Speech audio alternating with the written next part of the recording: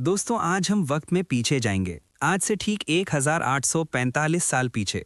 Imagine कीजिए कि आप एक टेंट के अंदर हैं। बाहर बारिश हो रही है, बिजली कड़क रही है और ठंड इतनी है कि आपकी हड्डियां कांप जाएं। हवा में खून और मिट्टी की बू है। ये जर्मनी का बॉर्डर है। यहाँ दुनिया की सबसे बड़ी आर्मी द रोमन लीजेंस जंग लड़ रही है। उस टेंट के अंदर एक कमजोर बूढ़ा आदमी बैठा है। उसकी तबीयत खराब है। उसे शायद अल्सर है या शायद वो प्लेग का शिकार हो चुका है। वो खांस रहा है। उसकी आंखों के नीचे गहरे काले गड्ढे हैं। वो पिछले 10 सालों से अपने घर, अपने महल, रोम की गर्मी और आराम से दूर इस कीचड़ भरे बॉर्डर पर जंग लड़ रहा है। ये आदमी चाहता तो अपने सोने के बिस्तर पर सो सकता था। ये चाहता तो दुनिया की सबसे महंगी शराब पी सकता था। ये चाहता तो किसी भी इंसान को मार सकता था और किसी भी चीज को खरीद सकता था। क्यों? क्योंकि ये आदमी मार्कस ऑरेलियस है, रोम का एम्परर, दुनिया का सबसे पावरफुल इंसान। लेकिन इस वक्त जब सारा कैंप सो रहा है, ये राजा सोया नहीं है। इसने एक मोमबत्ती जलाई है, इसने एक पपायरस का स्क्रोल खुला है और ये कुछ लिख रहा है। क्या वो अपनी जीत के बारे में लिख रहा है? क्या वो अपनी ताकत की शेख ही मार रहा है? क्या वो हिस्ट्री के लिए अपनी बायोग्राफी लिख रहा है? नहीं, वो लिख रहा है अपने आप से ये कहना छोड़ दो कि तुम कितने बदकिस्मत हो। रोना बंद करो, शिकायत करना बंद करो। तुम अकेले नहीं हो जिसके साथ बुरा हो रहा है। यही जिंदगी है। वो किसी ऑडियंस के लिए नहीं लिख रहा, वो खुद को समझा रहा है। वो खुद को टूटने से बचा रहा है। दोस्तों ये वीडियो बहुत लॉन्ग होने वाली है, इसीलिए मैंने इसे 4 पार्ट्स में डिवाइड करा हूं। Make sure you watch till the end. दोस्तों आज हम जिस किताब को डिकोड करने वाले हैं वो कोई आम किताब नहीं है। ये हिस्ट्री की इकलौती ऐसी किताब है जो कभी पब्लिश होने के लिए लिखी ही नहीं गई थी। ये एक इंसान की पर्सनल डायरी है, एक ऐसी डायरी जो हमें मिलनी ही नहीं चाहिए थी। मार्कस ऑरेलियस ने मरने से पहले कहा था कि इस डायरी को जला दिया जाए। वो नहीं चाहते थे कि कोई उनके डर, उनकी एंग्जाइटी और उनकी कमजोरी को पढ़े। लेकिन किस्मत को कुछ और मंजूर था। ये डायरी बची रही। ये डायरी हाथों हाथ घूमती रही। राजाओं ने इसे पढ़ा, सोल्जर्स ने इसे पढ़ा, फिलोसोफर्स ने इसे पढ़ा। बिल क्लिंटन इसे साल में 2 बार पढ़ते हैं। थियोडोर रोजवेल्ट इसे जंग पर लेकर गए थे। आज सिलिकॉन वैली के टॉप सीईओज इसे अपनी बाइबल मानते हैं। इस डायरी का नाम है मेडिटेशंस। लेकिन इससे पहले कि हम किताब खोलें, हमें ये समझना होगा कि मार्कस ऑरेलियस कौन थे, क्योंकि बिना कॉन्टेक्स्ट के ये बस अच्छी बातें लगेंगी। लेकिन जब आप कॉन्टेक्स्ट समझेंगे तो ये लाइफ सेविंग एडवाइस बन जाएगी। हमें लगता है कि क्योंकि वो राजा थे उनकी लाइफ बहुत आसान होगी। हम सोचते हैं यार राजा को क्या टेंशन, पैसा है, पावर है, नौकर हैं। सच्चाई ये है कि मार्कस ऑरेलियस की लाइफ शायद हिस्ट्री के किसी भी राजा से ज्यादा दुख भरी थी। मार्कस कभी राजा बनना ही नहीं चाहते थे। वो बचपन से एक फिलोसोफर बनना चाहते थे। वो चाहते थे कि वो किताबें पढ़ें, सिंपल कपड़े पहनें और शांति से रहें। लेकिन किस्मत ने उन्हें मार्कस एम्परर हैड्रियन की नज़रों में ला दिया। हैड्रियन ने देखा कि ये लड़का अलग है, इस लड़के में सच्चाई है, इस लड़के में डिसिप्लिन है। तो हैड्रियन ने मार्कस को अडॉप्ट किया और उन्हें अगला एम्परर बना दिया। इमेजिन कीजिए, एक आदमी जो शांति चाहता है उसे जबरदस्ती दुनिया की सबसे बड़ी जॉब दे दी गई। और जिस दिन वो राजा बने, दुनिया पागल हो गई। रोम पर चारों तरफ से हमले शुरू हो गए। पार्थियंस ने ईस्ट से हमला किया, बर्बेरियंस ने नॉर्थ से हमला किया। लेकिन सबसे बड़ा हमला दुश्मनों ने नहीं, कुदरत ने किया। मार्कस के राज में दी एंटोनाइन प्लेग आया। ये स्मॉल पॉक्स जैसा एक वायरस था। हिस्टोरियंस कहते हैं कि इसने रोम की 30% से 50% पॉपुलेशन को मार दिया। सोचिए, आप राजा हैं, आप अपने महल की बालकनी से नीचे देखते हैं। आपको क्या दिखता है? लाशों के ढेर, गाड़ियां लाशों से भरी हुई जा रही हैं, लोग चीख रहे हैं, इकोनॉमी कोलैप्स हो चुकी है, खाना नहीं है, सोल्जर्स मर रहे हैं और आप कुछ नहीं कर सकते। आप दुनिया के सबसे पावरफुल आदमी हैं, पर आप एक वायरस को ऑर्डर नहीं दे सकते। सिर्फ इतना ही नहीं, मार्कस की पर्सनल लाइफ एक ट्रेजेडी थी। उनकी वाइफ फाउस्टीना के बारे में पूरे रोम में गंदी अफवाहें उड़ती थीं। लोग कहते थे कि वो उन्हें धोखा दे रही हैं। मार्कस के 13 बच्चे हुए, 13। उनमें से 8 बच्चे उनके जिंदा रहते हुए मर गए। एक बाप के लिए इससे बड़ा दुख क्या हो सकता है? अपने नन्हे से बच्चे को गोद में उठाना और उसे दफनाना। एक बार नहीं, 8 बार। और आखिर में जिन्हें उन्होंने सबसे ज्यादा ट्रस्ट किया, उनका सबसे खास जनरल एविडियस कैसियस। जब मार्कस बीमार हुए तो अफवाह उड़ गई कि मार्कस मर गए हैं। एविडियस कैसियस ने वेट नहीं किया, उसने तुरंत खुद को एम्परर घोषित कर दिया और मार्कस के परिवार को मारने की धमकी दी। अपना ही दोस्त, अपना ही भाई जैसा जनरल। इतना दुख, इतना अकेलापन, इतनी जिम्मेदारी। ऐसे हालात में कोई भी इंसान टूट जाता, कोई भी इंसान शराब में डूब जाता या क्रूअल बन जाता या सुसाइड कर लेता। रोम के पुराने एम्परर्स नीरो, कैलिगुला, ये सब पागल हो गए थे पावर और प्रेशर की वजह से। लेकिन मार्कस ऑरेलियस पागल नहीं हुए। क्यों? क्योंकि उनके पास एक हथियार था, एक सीक्रेट वेपन, और वो वेपन था स्टोइसिज्म। स्टोइसिज्म पे रिलीजन नहीं है, ये कोई पूजा पाठ नहीं है। स्टोइसिज्म एक ऑपरेटिंग सिस्टम है दिमाग के लिए। स्टोइसिज्म का कोर आइडिया बहुत सिंपल है पर बहुत पावरफुल है। दुनिया में क्या हो रहा है उस पे तुम्हारा कंट्रोल नहीं है, लेकिन तुम्हारे दिमाग में क्या हो रहा है उस पे तुम्हारा 100% कंट्रोल है। मार्कस कहते थे, तुम मेरे शरीर को कैद कर सकते हो, तुम मेरे पैरों में बेड़ियां डाल सकते हो, तुम मुझे मार भी सकते हो, लेकिन मेरा दिमाग, मेरा माइंड, वो आज़ाद है, उस पे सिर्फ मेरा राज चलता है। इसे वो कहते थे द इनर सिटिडल, मन का किला। जब मार्कस उस टेंट में बैठकर लिख रहे थे, वो फिलॉसफी झाड़ नहीं रहे थे, वो खुद को थेरेपी दे रहे थे। इसीलिए मेडिटेशंस में आपको कई बार ऐसे सेंटेंसेस मिलेंगे, मार्कस गुस्सा मत हो, मार्कस सीधे खड़े रहो, मार्कस ये सब धूल है, सब मिट जाएगा। वो खुद से बात कर रहे थे। चलिए अब हम उस डायरी को खोलते हैं, हम पेज बाय पेज उनके दिमाग के अंदर जाएंगे। बुक 1, डेट्स एंड लेसन्स, उधार और सीख। मेडिटेशंस की पहली किताब बुक 1 सबसे अलग है और ज़्यादातर लोग इसे स्किप कर देते हैं क्योंकि ये थोड़ी बोरिंग लगती है, लेकिन ये बोरिंग नहीं है, ये फाउंडेशनल है। मार्कस अपनी डायरी शुरू करते हैं ग्रैटिट्यूड यानी शुक्रगुजारी से। सोचिए, एक आदमी जो ठंड में मर रहा है, जिसके बच्चे मर गए हैं, जिसका देश संकट में है, वो शिकायत से शुरू नहीं करता, वो शुक्रिया अदा करने से शुरू करता है। बुक 1 बेसिकली एक लिस्ट है। मार्कस उन सब लोगों को याद करते हैं जिन्होंने उन्हें कुछ सिखाया। वो लिखते हैं, मेरे दादाजी से मैंने सीखा कि गुस्से को कैसे कंट्रोल करना है और शांत कैसे रहना है। मेरे बाप जो अडॉप्ट किए गए थे, उनसे मैंने सीखा कि बिना दिखावे के कैसे जीना है। अपने टीचर रस्टिकस से मैंने सीखा कि मेरा कैरेक्टर अभी पूरा नहीं बना है, मुझे उस पे काम करना है। यहाँ एक बहुत बड़ा लेसन है। Marcus Aurelius self made man के कॉन्सेप्ट में बिलीव नहीं करते थे। आजकल हमें घमंड होता है, मैंने ये किया, मैंने वो किया। मार्कस जो एम्परर थे, वो कह रहे हैं, मैं जो कुछ भी हूँ वो इन लोगों की वजह से हूँ। वो हम्बल हैं, वो याद रख रहे हैं कि उनका नेचर, उनकी वैल्यूज़ कहाँ से आई हैं। इसमें एक स्पेसिफिक लाइन है जो बहुत पावरफुल है। वो अपने adopted father emperor Antoninus PS के बारे में लिखते हैं। वो लिखते हैं, मैंने उनसे सीखा कि पावर में होते हुए भी कैसे आम आदमी की तरह रहना चाहिए। उन्होंने कभी शाही कपड़े नहीं पहने, कभी गार्ड्स का तमाशा नहीं किया। वो खुद अपना खाना बनाते थे, खुद लोगों से मिलते थे। उन्होंने मुझे सिखाया कि राजा वो नहीं जो सबसे ऊपर बैठता है, राजा वो है जो सबसे ज्यादा काम करता है। दोस्तों, अगर आप लाइफ में आगे बढ़ना चाहते हैं तो बुक 1 से हमें ये सीखना चाहिए दैट रिमेंबर योर टीचर्स। आप अकेले नहीं बने हो। आपके टीचर्स, आपके माँ बाप, आपके दुश्मन, आपकी फेलियर्स, सब ने आपको कुछ सिखाया है। जब आप ग्रैटिट्यूड से शुरू करते हैं तो आपका ईगो खत्म हो जाता है और सीखने के लिए ईगो का मरना ज़रूरी है। अब आते हैं बुक 2 पर। यहाँ से असली स्टोइक ट्रेनिंग शुरू होती है। बुक 2 उन्होंने कारनंथम में लिखी थी, डैन्यूब नदी के किनारे, जंग के बीच में। इसका पहला पैराग्राफ शायद हिस्ट्री का सबसे फेमस पैराग्राफ है पीपल मैनेजमेंट पर। हम सबकी लाइफ में ऐसे लोग हैं जो हमें परेशान करते हैं। बॉस जो चिल्लाता है, रिश्तेदार जो ताने मारते हैं, दोस्त जो धोखा देते हैं, पड़ोसी जो लाउड म्यूजिक बजाता है। हमें लगता है कि ये प्रॉब्लम सिर्फ हमारे साथ है। यार, ये लोग इतने बुरे क्यों हैं? सुनिए मार्कस क्या लिखते हैं। सुबह उठते ही खुद से कहो, आज मैं मिलूंगा ऐसे लोगों से जो दखल अंदाजी, मेडलिंग करेंगे, जो एहसान फरामोश, अनग्रेटफुल होंगे, जो घमंडी होंगे, एरोगेंट, जो झूठे होंगे और जो जलनखोर, जेलस होंगे। वो ये नहीं कह रहे कि शायद मिलूंगा, वो कह रहे हैं मैं मिलूंगा, ये गारंटी है। मार्कस खुद को शॉक प्रूफ कर रहे हैं। अगर आप घर से ये सोचकर निकलें कि आज बारिश होगी और बारिश हो जाए, तो क्या आप गुस्सा होंगे? नहीं, आपने अम्ब्रेला लिया होगा। लेकिन अगर आप सोचें कि धूप निकलेगी और बारिश हो जाए, तो आप गुस्सा होंगे। मार्कस कह रहे हैं, बुरे लोग दुनिया का मौसम है, वो तो होंगे ही, तुम गुस्सा क्यों हो रहे हो? लेकिन वो यहाँ रुकते नहीं हैं। आगे वो जो लिखते हैं वो हमें इंसान बनाता है। वो लिखते हैं, लेकिन मैं इन लोगों पर गुस्सा नहीं हो सकता और ना ही मैं इनसे नफरत कर सकता हूँ। क्यों? क्योंकि इन्हें अच्छे और बुरे का फर्क नहीं पता। ये अज्ञानी हैं, ये बीमार हैं। जैसे एक आदमी को बुखार होता है, वैसे ही इन लोगों को बदतमीजी का बुखार है। मैं डॉक्टर हूँ, मैं मरीज पर गुस्सा नहीं कर सकता। कितना पावरफुल माइंडसेट है। जब कोई आपको गाली दे तो गुस्सा मत हो। सोचो कि ये बेचारा दिमागी तौर पर बीमार है, इससे पिटी करो, हेट नहीं।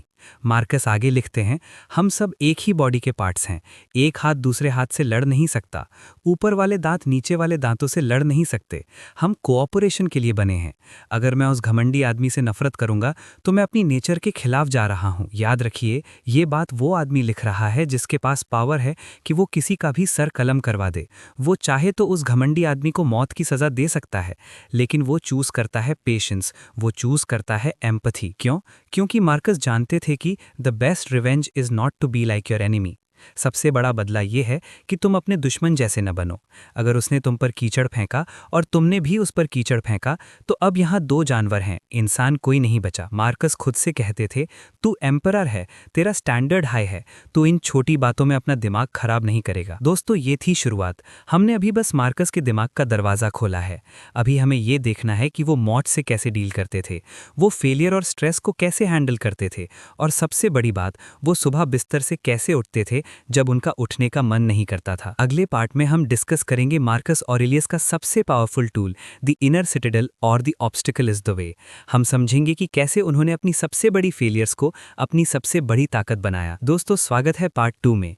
पिछले पार्ट में हमने देखा कि मार्कस ऑरेलियस की लाइफ कितनी मुश्किल थी और कैसे वो लोगों से डील करते थे, लेकिन अब हम उस इंजन रूम में जाएंगे जहां से उनकी सारी ताकत आती थी। मार्कस ऑरेलियस की फिलॉसफी का सबसे बड़ा पिलर है द इनर सिटाडेल, मन का किला। मार्कस लिखते हैं, लोग छुट्टी मनाने के लिए पहाड़ों पर जाते हैं, समुद्र किनारे जाते हैं, गांव में जाते हैं।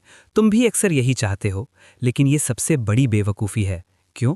क्योंकि तुम जब चाहो अपने अंदर रिट्रीट कर सकते हो। वो कहते हैं कि शांति जगह बदलने से नहीं मिलती, शांति नजरिया बदलने से मिलती है। अगर तुम्हारा दिमाग शांत नहीं है तो तुम स्विट्जरलैंड में भी बैठकर बेचैन रहोगे, और अगर तुम्हारा दिमाग शांत है तो तुम जंग के मैदान में लाशों के बीच में भी सन्यासी की तरह शांत रह सकते हो। इसी मेंटल फोर्ट्रेस को बनाने के लिए मार्कस ने बुक 4 में एक कॉन्सेप्ट दिया जो आज साइकोलॉजी का बेस बन चुका है। CBT इसी पर बेस्ड है। कॉन्सेप्ट 1, परसेप्शन इज एवरीथिंग, नजरिया ही सच है। मार्कस लिखते हैं, अगर तुम किसी बाहरी चीज से दुखी हो तो वो चीज तुम्हें दुख नहीं दे रही, तुम्हारा जो जजमेंट है उस चीज के बारे में वो तुम्हें दुख दे रहा है, और तुम्हारे पास पावर है उस जजमेंट को अभी के अभी मिटाने की। इसे ध्यान से समझिए, ये लाइन आपकी लाइफ बदल सकती है। एग्जाम्पल, आप ऑफिस जा रहे हैं, ट्रैफिक जैम है। Event, traffic jam. ये ना अच्छा है ना बुरा है, ये बस गाड़ियां हैं जो खड़ी हैं। योर जजमेंट, अरे यार मैं लेट हो जाऊंगा, मेरा बॉस चिल्लाएगा, मेरा दिन खराब हो गया, ये सरकार बेकार है। रिजल्ट, स्ट्रेस, बीपी हाई, गुस्सा। मार्कस कहते हैं, जजमेंट को हटा दो, सिर्फ इवेंट को देखो। ट्रैफिक है, मैं लेट होऊंगा, पॉइंट। अब मैं क्या कर सकता हूँ? मैं म्यूजिक सुन सकता हूँ, मैं ऑडियो बुक सुन सकता हूँ, मैं रिलैक्स कर सकता हूँ। घटना वही थी, लेकिन दुख गायब हो गया। मार्कस खुद को याद दिलाते थे, choose not to be harmed and you won't feel harmed, don't feel harmed and you haven't been. फैसला करो कि मुझे चोट नहीं लगी, और तुम्हें लगेगा कि चोट नहीं लगी है। अगर तुम्हें नहीं लगा कि चोट लगी है तो तुम्हें चोट लगी ही नहीं है। ये सुनने में अजीब लगता है, पर सोचिए, अगर कोई आपको मोटा बोले और आप डिसाइड कर लो कि इसके बोलने से क्या होता है, मैं हेल्दी हूँ, तो क्या आपको बुरा लगेगा? नहीं। दुख तब होता है जब हम अग्री करते हैं कि हाँ, मेरे साथ बुरा हुआ। मार्कस ने अपने दिमाग को इतना ट्रेन कर लिया था कि चाहे उनका बेटा मर जाए या जंग हार जाए, वो कहते थे ये नेचर का पार्ट है, मैं इसे स्वीकार करता हूँ, मैं इससे मुझे तोड़ने नहीं दूंगा। Concept 2, the obstacle is the वे। अब आते हैं स्टोइसिज्म के सबसे पावरफुल प्रैक्टिकल टूल पर। रायन हॉलिडे ने इस पर पूरी किताब लिखी है, लेकिन ये आइडिया मार्कस ऑरेलियस का है। बुक 5 वर्स 20 में वो लिखते हैं, the impediment to action advances action, what stands in the way becomes the way. जो चीज एक्शन को रोकती है वही एक्शन को आगे बढ़ाती है। जो रास्ते में खड़ा है वही अब रास्ता बन गया है। इसका मतलब क्या है? इसका मतलब है कि हम प्रॉब्लम्स को प्रॉब्लम्स की तरह देखते हैं। मार्कस प्रॉब्लम्स को फ्यूल की तरह देखते थे।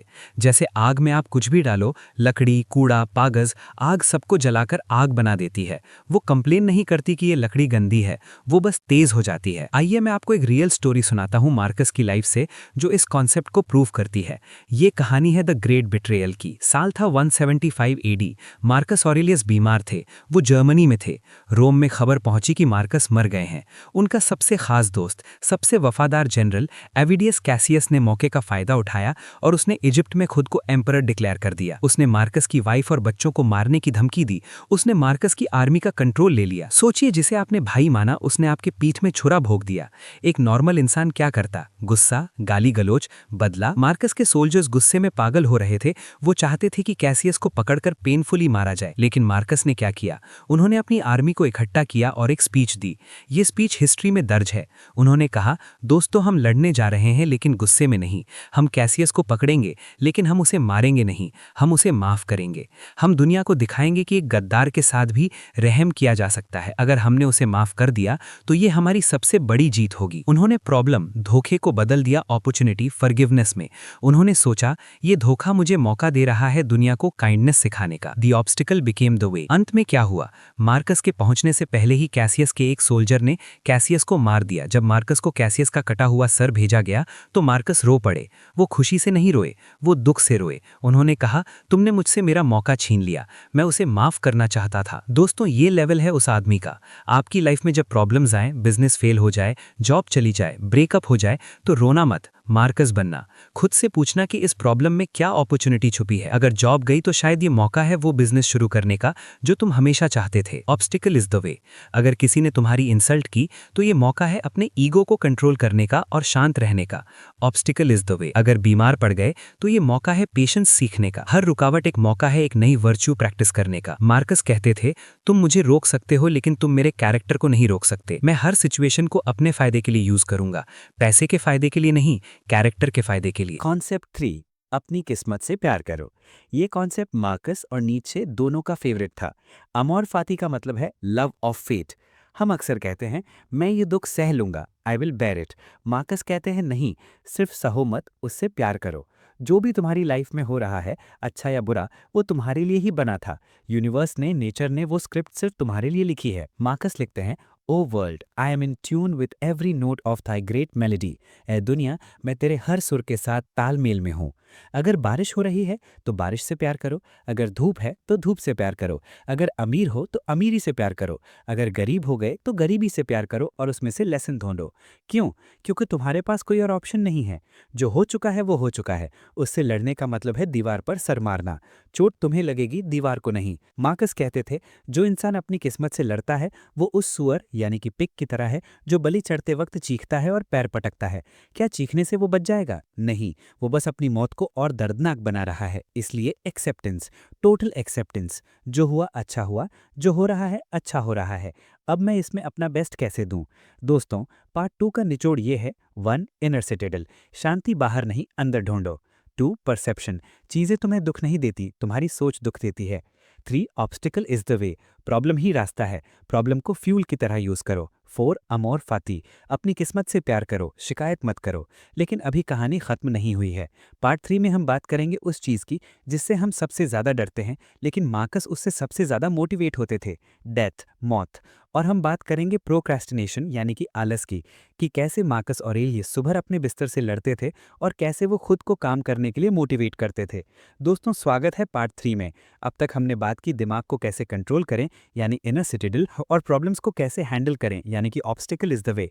लेकिन अब हम एक ऐसी प्रॉब्लम की बात करेंगे जिससे हम सब, मैं, आप और दुनिया का हर इंसान रोज सुबह लड़ता है, आलस, laziness, procrastination.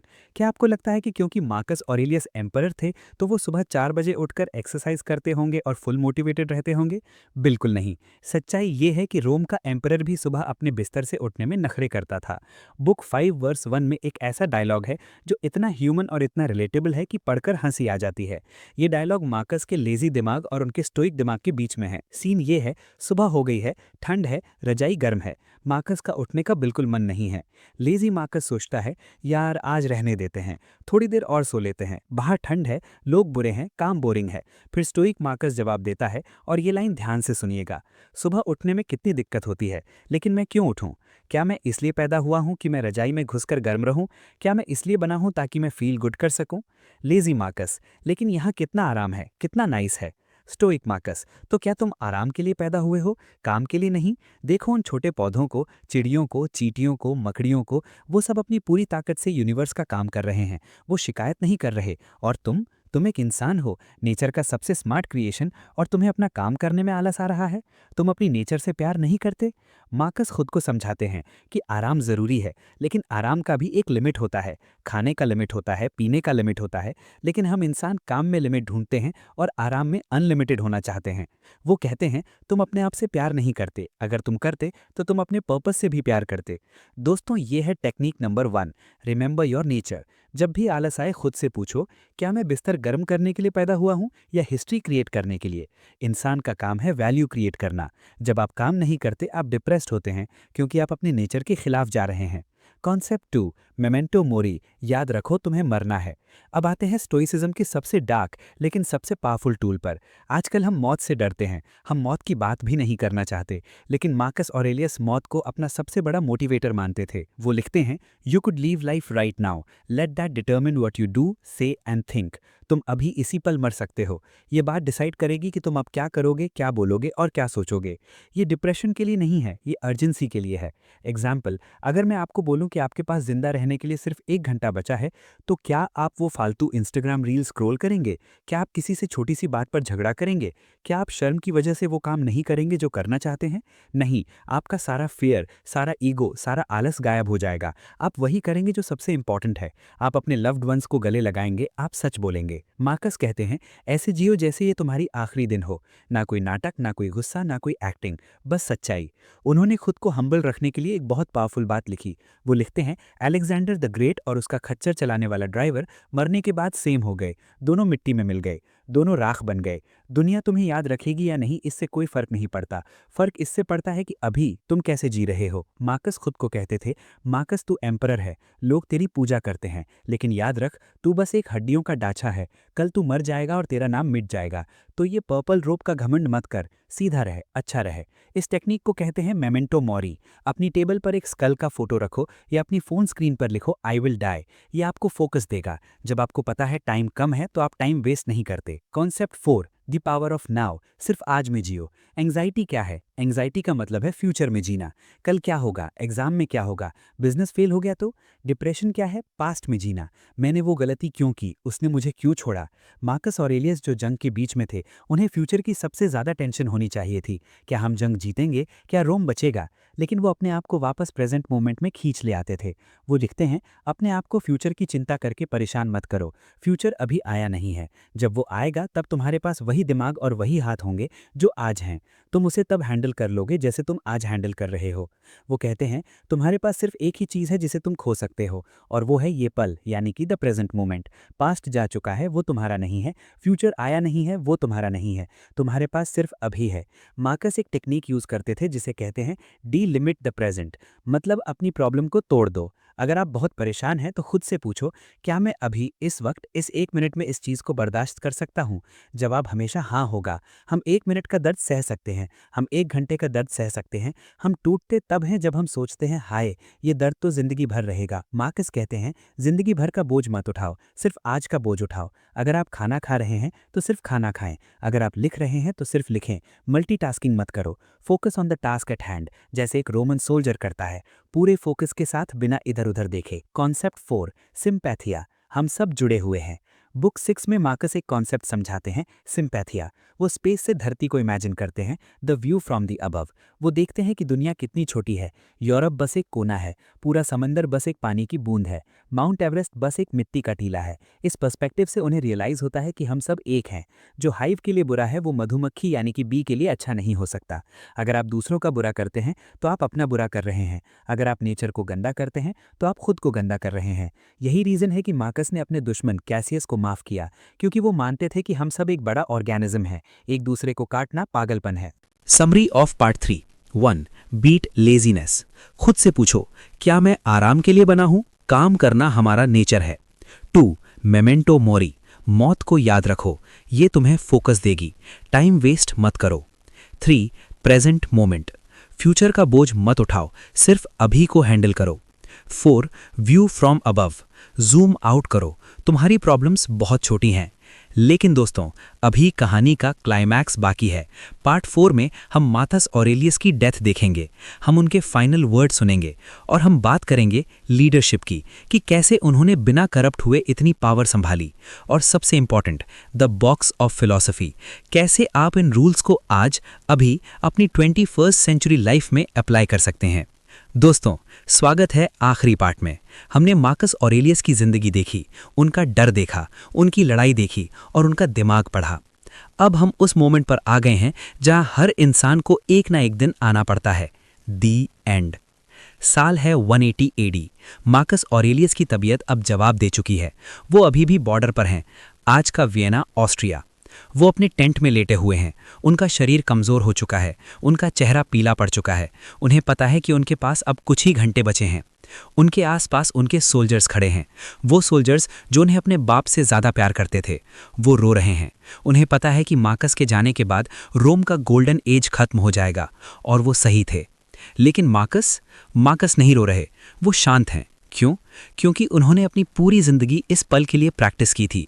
Stoicism was the rehearsal for death. जब उनके सोल्जर्स रो रहे थे तो मार्कस ने उनसे कहा, मेरे लिए क्यों रोते हो? जाओ और सोचो उस महामारी यानी प्लेग के बारे में और हम सब की मौत के बारे में। मौत सबको आती है, राजा को भी और रैंक्ड को भी। उनका बेटा कॉमोडस, जो बाद में एक बहुत बुरा राजा बना, वहां खड़ा था। मार्कस जानते थे कि उनका बेटा काबिल नहीं है। उन्हें पता था कि उनके मरने के बाद रोम बर्बाद हो सकता है। ये एक बाप और एक राजा के लिए सबसे बड़ा दुख था। लेकिन मार्कस ने अमोर फाटी यानी लव ऑफ फेट को प्रैक्टिस किया। उन्होंने कहा, मैंने अपना काम कर दिया, अब आगे जो होगा वो किस्मत के हाथ में है। उनके आखिरी शब्द, जब रात हुई और उनके गार्ड ने पूछा कि एम्परर, आखिरी पासवर्ड क्या है, आखिरी ऑर्डर क्या है, तो मार्कस ऑरेलियस ने धीरे से कहा, go to the rising sun for I am already setting. उगते हुए सूरज के पास जाओ, मैं अब डूब रहा हूं। उन्होंने अपने सर पर चादर खींच ली और शांति से सो गए, हमेशा के लिए। उन्होंने कोई स्टैचू बनाने को नहीं कहा, कोई मॉन्यूमेंट बनाने को नहीं कहा, बस चुपचाप चले गए। उनकी डायरी, जिसे हम मेडिटेशंस कहते हैं, वहीं टेंट में पड़ी थी। शायद किस्मत चाहती थी कि वो बचें। वो पेपर्स हाथों हाथ घूमे, कॉपी हुए और आज 2000 साल बाद हमारे हाथ में है। The master key, how to live like a stoic today. दोस्तों, मार्कस ऑरेलियस चले गए, लेकिन उनका विजडम आज भी जिंदा है। सवाल ये है, हम इसे अपनी 21st सेंचुरी लाइफ में कैसे अप्लाई करें?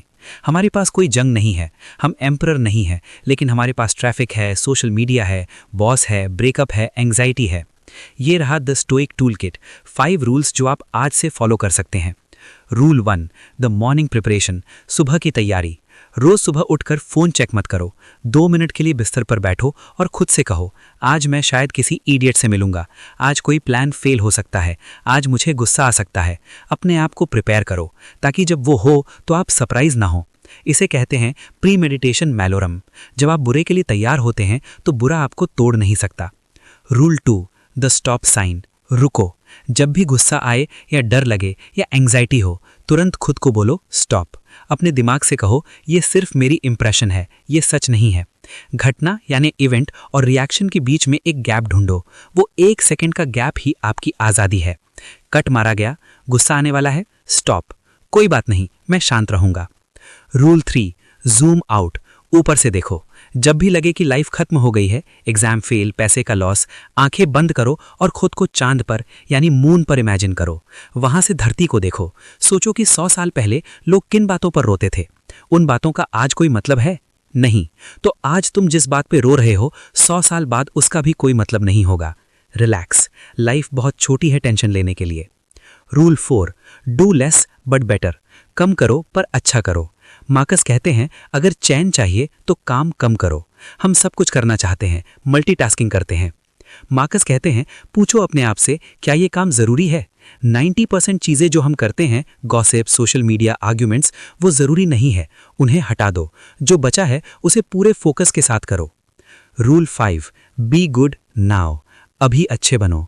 ये सबसे इंपॉर्टेंट है। हम वेट करते हैं, जब मैं अमीर बन जाऊंगा तब मैं डोनेट करूंगा, जब मैं फ्री होऊंगा तब मैं पेरेंट्स की सेवा करूंगा। मार्कस कहते हैं, waste no more time arguing what a good man should be one.